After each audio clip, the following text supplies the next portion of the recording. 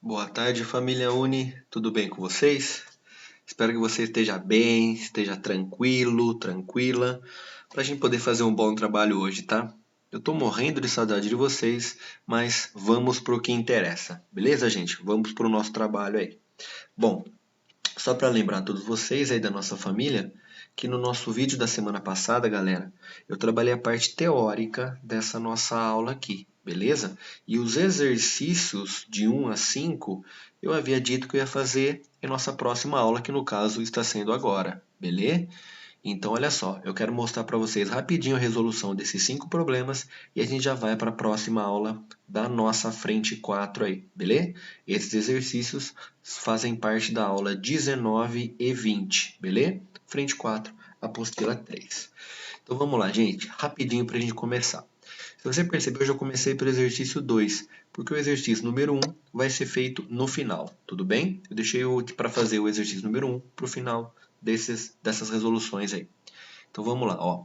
Ele fala assim: um planeta realiza uma órbita elíptica com uma estrela em um dos focos. Tudo bem. Lembrando, né, a primeira lei de Kepler, né? Tudo bem? Que os planetas descrevem órbitas elípticas, tendo o Sol como a localização de um dos focos, né? É exatamente o que ele falou. Então, o planeta realiza uma órbita elíptica com uma estrela em um dos seus focos. Olha que bacana, ó, em 2 meses, o segmento de reta que liga a estrela ao planeta varre uma área que ele chamou de azão maiúsculo. Esse exercício está retomando a segunda lei de Kepler, né? Que ela fala que a varredura desse vetor, né, é sempre a velocidade desse vetor é sempre constante. Ou seja, a gente fala que ele varre áreas iguais, ele cumpre áreas iguais em tempos iguais, beleza? Então vamos lá. No plano da órbita do planeta, ele quer saber em 32 meses, tal segmento vai varrer uma área que ele chama de alfa vezes A. Ele quer saber apenas o valor do alfa. Lembrando a segunda lei de Kepler, beleza? Em 2 meses, praticamente, né? É uma regra, uma relação de 3 aqui, né? Ó. Acompanha comigo, ó. Lembrando que a segunda lei de Kepler fala que a velocidade areolar é a varredura da área desse vetor, né, pelo tempo. Eu posso dizer então que varrendo uma área A, ele fez isso em 2 meses. Para varrer uma área tanto, ele precisa, no caso que o exercício me falou, de 32 meses. Eu posso cancelar o fator A, tranquilinho, né? A unidade também não me interessa, que ele quer um valor adimensional. Então, 32 por 2, a gente tem que esse alfa pedido vale 16. Tranquilo, né, gente? Exercício rápido, como a gente estava falando, ele faz parte de uma parte introdutória do curso de gravitação, beleza? Então vamos para o próximo aí. Já o próximo relembra e também continua afirmando para você não esquecer a segunda lei de Kepler. Vamos lá. Num determinado sistema planetário, um planeta descreve um movimento de translação, né, diferenciado de rotação lá no começo da aula, ao redor de uma estrela, segundo a trajetória e o sentido representado na figura. Então você está olhando aqui, né? Ó, o planeta está num ponto A, o vetor cumpre uma área A1 até o ponto B, depois ele vai até o ponto C, varrendo uma área A2, beleza. Sabe-se que o deslocamento entre os pontos A e B ocorre em 4 meses terrestres. Então, daqui até aqui vão demorar 4 meses terrestres. E que as áreas A1 e A2 são iguais. Considerando válidas as leis de Kepler para o movimento planetário, e sabendo que o período de translação do planeta ao redor de sua estrela corresponde a 20 meses terrestres, o intervalo de tempo que ele percorre apenas o trecho CA. Gente, apenas uma questão de soma aqui, né? E entender a relação do todo. Por quê? Ele falou que o tempo que ele leva para completar um ciclo aqui de translação equivale a 20 meses. E apenas de A a B demoraram 4. E as áreas A1 e A2 são iguais. Então, eu posso dizer, pelas áreas serem iguais, eu posso dizer que o período entre B e C também vai ser de 4 meses. Como tudo vale 20, acho que a resposta está clara para vocês, né? Mas acompanhe uma resolução mais detalhada. Ó. Velocidade é a área pelo tempo, né? A varredura da área pelo tempo, que é constante. Então, essa informação pode ser afirmada. Desculpa, né? Ela pode ser dita. Ó, de A até B, de B até C. Então, ó, eu sei que as áreas são iguais, porque o exercício me disse. Então, os tempos também serão iguais. Então, esses intervalos de tempo de AB e de BC valem 4 meses, tá vendo? Então, o tempo total vale o quê? O tempo de AB mais o tempo de BC mais o tempo de CA, que é o que ele quer. O exercício falou que valem 20 meses terrestres, 4, 4 aqui, ó, pimba, fechou. Você encontra 12 meses aí, você já sabia. Mas por ter uma questão de primeira fase, eu acho que você pode fazer um X no número 12 e ir embora para a próxima questão, né? Mas eu só mostrei uma resolução mais detalhada, tá? Beleza? Bom, vamos agora para o exercício 4, beleza? Esse exercício 4, ele é um exercício teórico, mas ele vai envolver de você aquele cálculo da velocidade. Lembra disso? Né? Velocidade de uma órbita. Qualquer coisa é só você retomar o vídeo anterior, tá, gente? Mas vamos lá, ó. Ele fala assim para mim. Analise as proposições sobre o planeta Mercúrio, beleza? Tudo bem? A posição dele, você lembra, né? Mercúrio, Vênus, Terra e assim por diante. Então ele é o primeiro, né? Bom, com base nas 3 leis de Kepler, ele fala assim: vamos ver se a primeira é verdadeira ou ela é falsa. A órbita de Mercúrio é circular, com o Sol localizado no centro desta circunferência. Primeiro, né, lembrando que a primeira lei de Kepler fala que a órbita é elíptica, tudo bem? Afirmando a primeira lei de Kepler. Então essa primeira aí a gente sabe que ela é falsa. A segunda vai em contrapartida com a terceira, mas ó, a magnitude da velocidade de translação, ou seja, o valor numérico, o valor da velocidade de translação de Mercúrio vai variando ao longo da sua trajetória? Ô galera, a gente sabe que sim, né? Olha só, como a órbita é elíptica, a velocidade da órbita, calculada anteriormente, é a raiz quadrada de constante massa do centro, do planeta central, do astro central, e a distância, tá vendo? Então, se você varia a distância, aumentando, por exemplo, você diminui a velocidade. Então, ocorre sim variação de velocidade em sua órbita. Já a terceira, ele fala que esse valor é constante, tá vendo? Como eu falei, vai de contrapartida, né? Entre a 2 e a 3. Então, ela é uma informação falsa. E a quarta, ele fala assim: o tempo que este planeta Mercúrio leva para dar um ciclo não depende do raio de sua órbita. Ó, afirmando a terceira lei de Kepler, lembra dela? Período de revolução ao quadrado dividido pelo raio ao cubo é sempre uma constante. Tudo bem, gente? Então a gente sabe que essa aí, ó, tá vendo? Tá dependendo do raio, sim. Então, ó, ele fala que independe. Então ela é falsa. Ficando apenas com a segunda informação verdadeira. Tá vendo, gente? Esses exercícios, eles estão apenas fortalecendo algo já trabalhado anteriormente, beleza? E agora, né, ó, olhando a terceira lei de Kepler aqui, ó, a questão número 5 prepara a gente, tá vendo? Ó, a 4 prepara a gente para 5. Federal do Paraná, gente. Questões bem bacanas dessa instituição, ó. Vamos lá. 2 satélites artificiais A e B movimentam-se em órbitas circulares. Consegue imaginar isso na tua cabeça? 2 satélites A e B estão se movimentando em órbitas circulares ao redor da Terra. Sabe-se que o satélite B está 4 vezes mais longe. Então, o raio da órbita de B é 4 vezes maior que o de A, tá vendo? E também fala que o período de revolução do satélite A corresponde a 30 dias. Com esses dados, determine o período de revolução do satélite B. Esse exercício ele está preparando você já para a próxima aula que a gente vai começar, beleza? Essa habilidade em substituição de grandezas, beleza? Mas vamos lá, ó. Esse exercício vem treinar a gente na terceira lei de Kepler, tudo bem? Fez uma relação entre período, fez uma relação entre raios, né? Ó, e agora eu posso substituir essas informações na terceira lei de Kepler. Olha só, o período do A ao quadrado pelo raio do A ao cubo, por ser uma constante, vai ser igual, então, ao período de B ao quadrado pelo raio de B ao cubo. Cuidado apenas ao realizar sua matemática, tá? Olha lá, ó. O período de A, o exercício me informou, 30 dias. Foi o que eu coloquei. O raio de A eu vou chamar de R, tá? Sei lá, dei uma letra, chama R.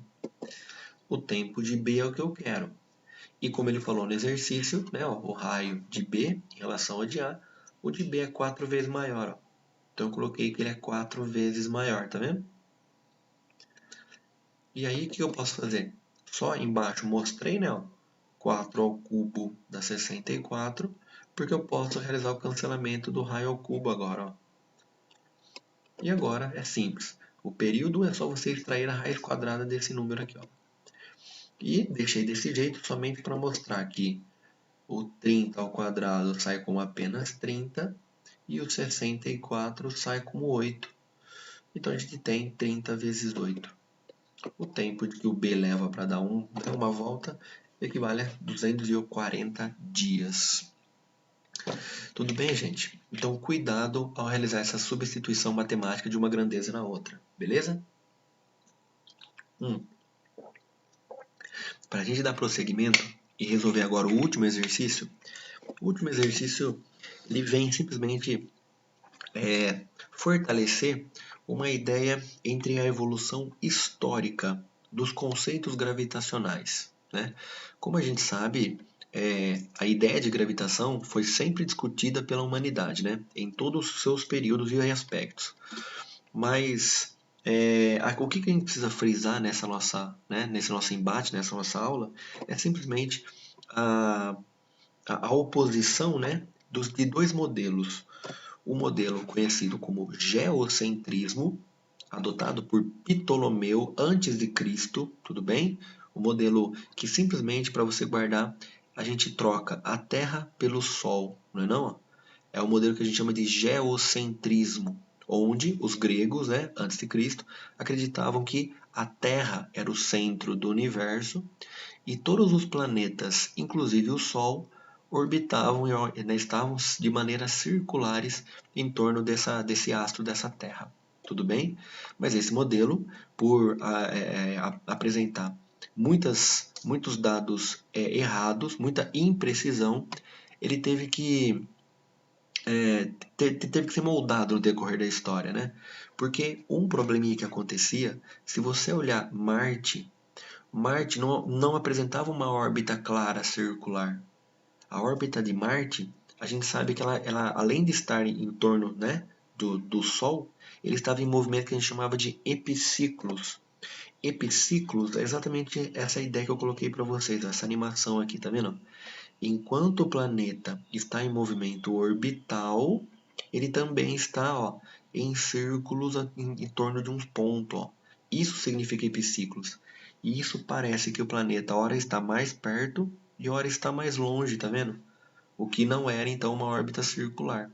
E esse modelo foi muito questionado até chegarmos no heliocentrismo, passando por Copérnico, né, por Galileu, beleza? Por Kepler, por assim dizer, Tycho Brahe, né, Giordano Bruno e assim por diante. Tudo bem, gente? E a ideia heliocêntrica é simplesmente você considerar o Sol como o centro e todos os planetas orbitando, no caso, elípticos, né, como diria Kepler aí. Beleza? E a primeira questão simplesmente vem fortalecer essa ideia, né, da evolução dos conceitos aí. Mas vamos lá, gente. Ó. Analise as proposições abaixo sobre as principais características dos modelos dos sistemas astronômicos. A primeira fala assim: o sistema dos gregos, a Terra, os planetas e o Sol e as estrelas estavam incrustados em esferas que giravam em torno da Lua. Gente, não, né? Não era em torno da Lua, tudo bem? Visto anteriormente aqui. O que ele vem, ó, a afirmar a ideia de Ptolomeu agora na segunda informação. Ptolomeu supunha que a Terra encontrava-se no centro do universo e os planetas moviam-se em círculos, cujos centros giravam em torno do Sol. Modelo que eu acabei de mostrar agora, né, gente? Tudo bem? Belezinha? Bom, então vamos dar continuidade aí. Na terceira ele fala assim: Copérnico defendia a ideia de que o Sol estava em repouso no centro do sistema e os planetas, inclusive a Terra, giravam em torno dele em órbitas elípticas, circulares, desculpa. Sim, essa é a ideia de Copérnico, porque Kepler veio simplesmente comprovar a ideia de órbitas elípticas, me desculpe, beleza? Não circulares. Mas essa era a ideia de Copérnico, tá? Agora, Kepler defendia a ideia de que os planetas giravam em torno do Sol, descrevendo trajetórias elípticas, corrigindo a ideia de Copérnico. E o Sol estava situado em um de seus focos. Perfeito, bonitinho. A gente vai ficar com a alternativa que fala que as três últimas são verdadeiras. A 2, a 3 e a 4 são verdadeiras. Demonstrando a evolução, né, do pensamento gravitacional aí. Tudo bem? Lembrando que um de seus ícones foi Isaac Newton. Bom, gente, eu tentei, né, resolver mais rápido aí para vocês, tá? Só para você ter uma ideia dos exercícios para fortalecer a parte introdutória. E agora eu preciso com vocês já dar prosseguimento. E agora eu vou em 110, né? Eu vou mais tranquilo agora. A gente vai falar da parte que falta, tudo bem? A aula 21 e 22, que vai falar da lei da gravitação universal, conversado, né? Você lembra disso, né? A gente conversou no vídeo anterior, eu demonstrei esse cara aqui, né? A lei da gravitação, e a gente vai conversar um pouquinho do movimento dos satélites. Para vocês, a nossa família média, cuidado, apostila 3, frente 4, beleza? As páginas estão aqui. Gente, esse slide aqui, esse quadro, você já viu comigo, tá? Eu já demonstrei na semana passada, no vídeo anterior, mas a gente vai usar bastante esse carinha. Então eu quero refrescar a memória de vocês, beleza? Olha só. Primeiro, quando você tem, né, movimento circular, eu digo que a resultante, lembra disso? É massa, aceleração centrípeta. E aí eu comecei a substituir, lembra? Aceleração centrípeta V quadrado por R, né? No lugar do V eu coloquei 2πr, desenvolvi o 2πr, tá vendo? Isso aqui você já viu semana passada, tá vendo?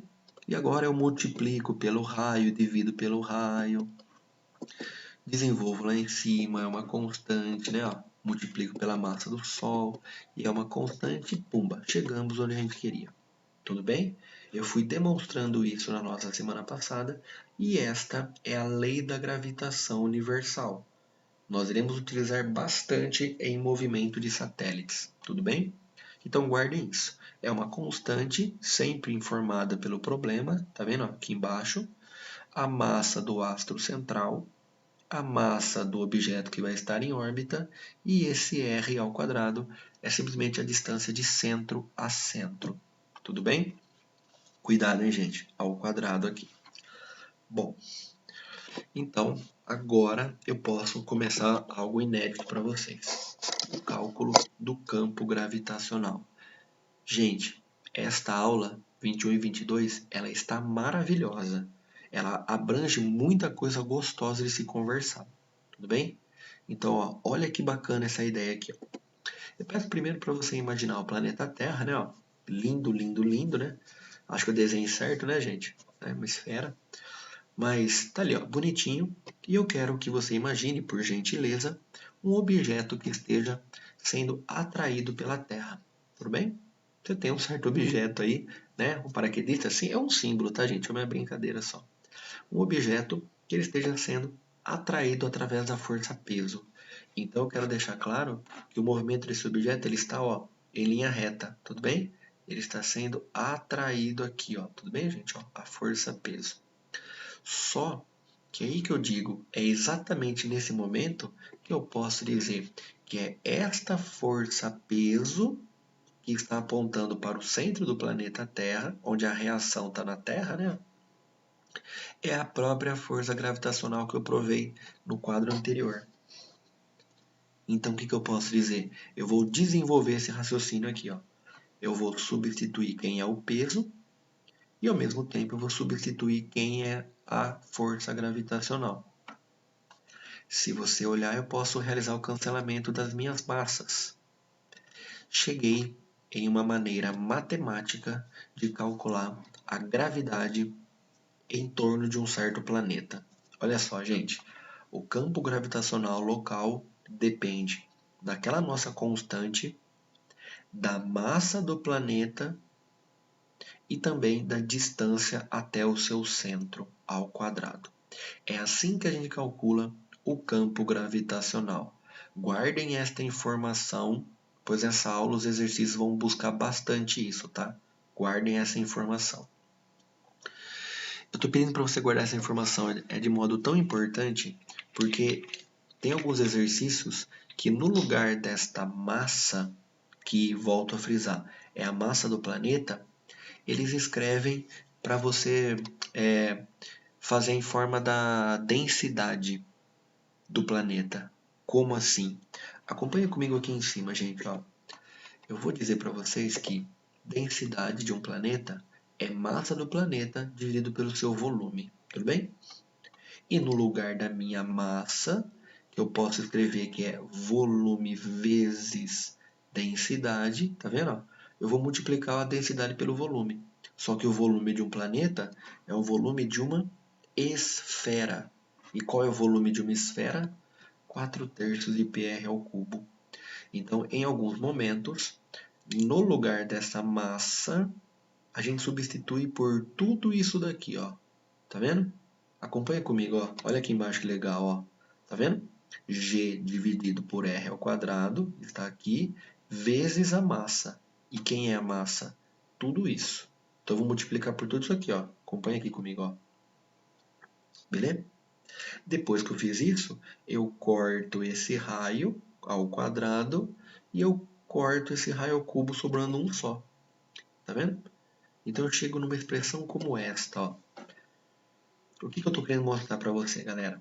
Que ó, isso é uma constante. Isso não muda, isso não muda. Isso vai depender do planeta, mas também não vai mudar em relação a ele. E o número 3 não muda. Ou seja, todo esse número aí que eu estou mostrando é o valor constante. Então eu quero dizer que o campo gravitacional terrestre, no caso aí no planeta, isso vai depender da distância que você está dele. Ó, Jaú, mas aqui você comprovou para mim que é ao quadrado. Não, gente. A relação aqui embaixo é linear, é uma reta. E a relação aqui, ó, é uma curva. Se está um pouco confuso, olha aqui, vem comigo. Ó. Imagine você, volta lá. Ó. Imagine você no centro da Terra, lá no ponto, lá no centro da bola, lá no meio. Aí você começa a sair, tá vendo? Ó, ó, você começa a sair, começa a sair, começa a sair, começa a sair. Chegou na superfície da Terra, tudo bem? E aí você vai começar a ter uma certa altura. Olha só, o campo gravitacional, quando o raio é zero, ou seja, lá no centro, é zero. Agora, conforme você começa a aumentar o raio, se você aumenta o raio, você começa a aumentar o campo gravitacional de maneira retilínea. Só que a partir do momento que você passa da superfície, o campo gravitacional é calculado aqui, ó, de maneira inversamente ao quadrado. Ó. Então, se eu fosse traçar um gráfico do campo gravitacional em função da distância que eu estou dele, estando lá no centro, entenda isso, estando lá no centro e me afastando dele, ficaria, ó, uma ideia assim, tá vendo? Olha que bacana. Quando eu estou lá no centro da Terra, é uma reta, ó, conforme eu aumento a distância, até chegar no seu raio. Ó. A hora que eu chegar na superfície dele e começar a aumentar a distância, ó, esse campo gravitacional. Ó. Olha que bacana isso. Tá vendo? E a partir daqui para frente, ó, você pode soltar sua imaginação, né, gente? Beleza? E aí que é gostoso, né? Muita gente tá pensando o que aconteceria se você prolongasse essa reta, né? Isso é uma coisa bacana. Mas enfim, beleza? Agora, ó, vamos continuar, beleza? Fechou? Vamos lá. Agora, a gente entra no movimento dos satélites. E esse movimento aqui ele é bem bacana mesmo. Mas a gente tem que tomar cuidado simplesmente com a maneira que você vai estar trabalhando esse movimento. Olha só, vem comigo. Ó. Primeiramente, mais uma vez eu quero colocar o nosso planeta aí. Beleza? Lindo planeta aí. E eu quero colocar, vamos começar a brincar aqui, ó. Eu quero colocar um satélite que esteja em uma certa órbita, tá vendo? Imagine que o satélite está, tá vendo? Em órbita em torno do planeta Terra aqui, beleza? Então eu vou dar uma órbita para ele, ó. Vou imaginar isso. Agora, o que eu estou falando? Este satélite, ele vai estar, tá vendo? Em movimento em torno do planeta Terra, tá vendo? Não é que nem a situação anterior, onde ele está de maneira retilínea, ele está em queda. Não, ele tem uma velocidade que ele está orbitando ao redor do planeta. Então eu vou dizer isso aqui, ó. Tá vendo? Existe uma força que está sendo atraído, né, para o centro da Terra, chamada de força gravitacional. E por ele estar em movimento, eu vou dizer que, ó, a massa vezes a aceleração, devido a ele estar em movimento, vai ter a relação direta com a força gravitacional. Note que a força gravitacional, família, ó, é ela quem está fazendo o papel da resultante que aponta para o centro. Então, ó, nesse momento, eu igualo essa resultante com a gravitacional. E a hora que a gente fizer isso, olha só, massa vezes aceleração centrípeta, isso vai ser igual a constante massa, distância ao quadrado. E agora, você lembra? Quem que é esse carinha? Quem que é a aceleração centrípeta? Como é que você calcula? Né? Eu só vou substituir, olha só, me acompanha. Ó. V quadrado por R. E a gente já fez isso, você lembra, né? Ó? Beleza? E eu vou cortar a relação da massa. E eu também, né? Ó, não mostrei aqui, mas eu posso cortar o raio, tá? Ó. Corto esse raio com esse raio. Lembrando aquela nossa equação, ó. Tudo bem? Então, cuidado. A gente já conversou disso, né? Na aula da semana passada, em alguns exercícios aqui. Mas, ó, velocidade da órbita é raiz de constante massa pelo raio dela. Beleza? Só fortalecendo para vocês aí. Por que eu fiz isso? Porque dentro dessa parte do movimento de satélite, eu também posso calcular o tempo que ele leva para completar essa órbita. Por isso que eu fortaleci, ó, você vai entender agora, ó, que bacana. Ó. Vou imaginar um astro, a Terra, o astro é a Terra, um satélite natural orbitando, tá vendo? Só para a gente ter uma ideia, tá? E como é que eu calculo esse cara? É velocidade, é delta S por delta T, tá vendo? Só que como a órbita desse carinha aqui, ó, ele está com uma baixa excentricidade, ou seja, a gente tem próximo de 1, então isso aqui me lembra um círculo, eu vou dizer que o ΔS que ele realiza é 2πr, tá vendo? O perímetro de uma circunferência, 2πr, pelo tempo. Mas você lembra, galera, quem que é esse cara? Esse cara aqui, ó, esse V, é aquele que eu mostrei agora há pouco, ó. Raiz de constante massa do planeta pela distância de centro a centro. E isso é igual a 2πr pelo tempo. Eu só peço para você trocar esse tempo por esse cara aqui, ó, tá? Eu vou trocar esses dois lugares. Olha como é que vai ficar, ó. Tudo bem? Eu coloquei o tempo lá para cima e peguei esse cara para ser dividido. E eu só vou realizar essa divisão aqui, ó, dessa fração. Eu chego então que o período vale 2πr que multiplica essa raiz. Mas eu já posso arrumar. Tá vendo esse R? Imagina comigo, ó. Se ele tivesse aqui dentro, ele não estaria R quadrado. R quadrado saiu como R. Então, se eu jogar ele de novo aqui dentro, ele vai ter que aparecer como R quadrado. E R quadrado vezes esse R dá R ao cubo. Aqui, ó. É assim que a gente vai calcular o período, o tempo que ele leva para realizar uma órbita aí no movimento de translação. Tudo bem, gente? Tranquilinho? Eu estou fazendo isso porque essa habilidade em substituição de uma coisa dentro da outra é importante e é exatamente isso que essa aula quer treinar na gente. Beleza? E eu finalizo, por enquanto, essa parte teórica entrando em algo que você precisa guardar. Não é tão importante assim, mas tem o exercício que é o penúltimo, que ele vai trabalhar isso em você. Então preste atenção nesse final de slide aí, tudo bem? Olha só. Quando a gente fala de órbita de astro, por exemplo, nós temos a órbita geoestacionária. Não tem só ela, temos outras órbitas também, mas uma órbita, uma das órbitas, ela é chamada de geoestacionária. Quando eu falo geo, me lembra localidade, né? Tudo bem? Geografia, localidade. E estacionária significa em repouso, parada. Então, quando você fala que uma órbita ela é geoestacionária, ela tem mais ou menos essa cara. Olha só, você pode perceber que nessa animação que eu coloquei para vocês, esse satélite ele está em cima do planeta, ó, em cima, né, da América do Sul. Você pode perceber, né? Ó, tá vendo? Ele está em cima da América do Sul. Ó. E percebe que enquanto o planeta realiza uma rotação, o satélite faz o quê? Faz a mesma coisa. Ó. E esse satélite ele está parado exatamente sobre a América do Sul. Ó. Ele está geoestacionário, exatamente sobre a linha do Equador. Ó. Tá vendo? Então, a esse tipo de órbita, única e exclusivamente quando ele está na linha do Equador e ele está em repouso em relação a um certo ponto, a gente chama de geoestacionária. Só para exemplificar, é como se esse satélite estivesse exatamente sobre a cidade de São Carlos hoje e amanhã, no mesmo horário, ele vai estar no mesmo ponto.